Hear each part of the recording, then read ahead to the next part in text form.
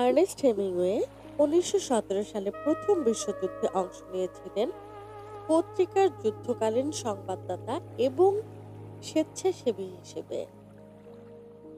১৯৫২ সালে Ernst Hemingway the old man and the C বইটির জন্য সাহিত্যে পুলিৎজার পুরস্কার লাভ করেন এবং পরবর্তীতে ১৯৫৪ সালে এই বইটির জন্য তিনি সাহিত্যে নোবেল পুরস্কার লাভ করেন।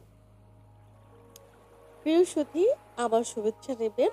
আজকে আমি দি old man and the C বইটির রিভিউ শোনাবো আপনাদেরকে।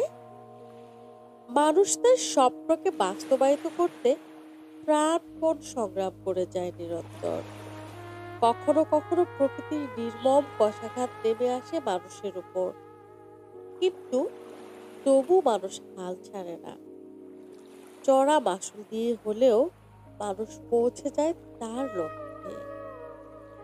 মানব জীবনের এই নিগূঢ়তম সত্যটিকে Ernest Hemingway the old man and the sea উপন্যাসে তুলে ধরতে চেয়েছে। এ যেন এক হার না মানা জীবনেরই যাওয়া গান। বুড়ো জেলে সান্তিয়াগো ছোট্ট এক নৌকা নিয়ে একা একা মাছ ধরতে এসেছে সমুদ্রে। ৮৪ দিন একটি মাছও পায়নি সে। ৮৫তম দিনের মাথায় একটি বিশাল মাছ ধরা পড়ল তার বড়শিতে। শুরু হয় এক অসম সাহসিক সংগ্রাম।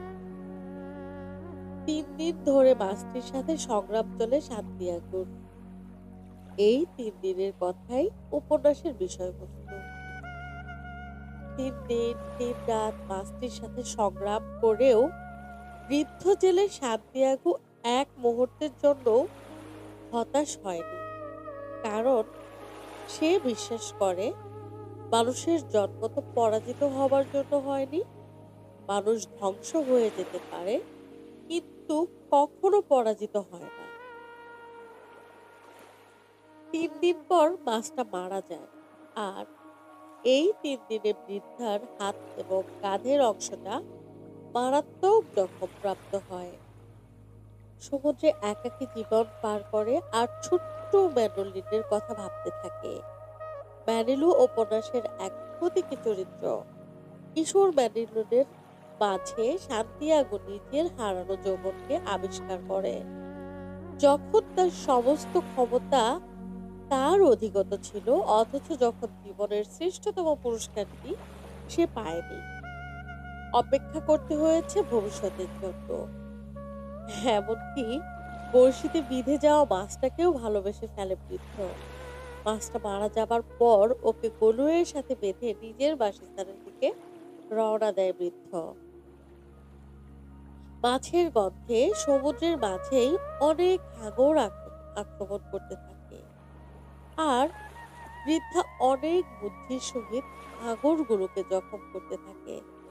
কিন্তু সমুদ্রের প্রতিকূলতা আর হাঙরের দলের আক্রমণ থেকে বৃদ্ধা কি মাছটার কিছু অংশও নিয়ে যেতে পেরেছিল?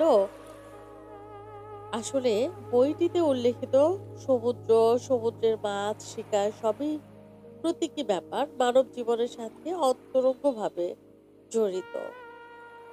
যাদের এই বইটি রিভিউ ভালো লাগবে তারা নিশ্চয়ই বইটি পুরোটা পড়ে নেবেন সময় থাকলে। ধন্যবাদ। আসসালামু আলাইকুম।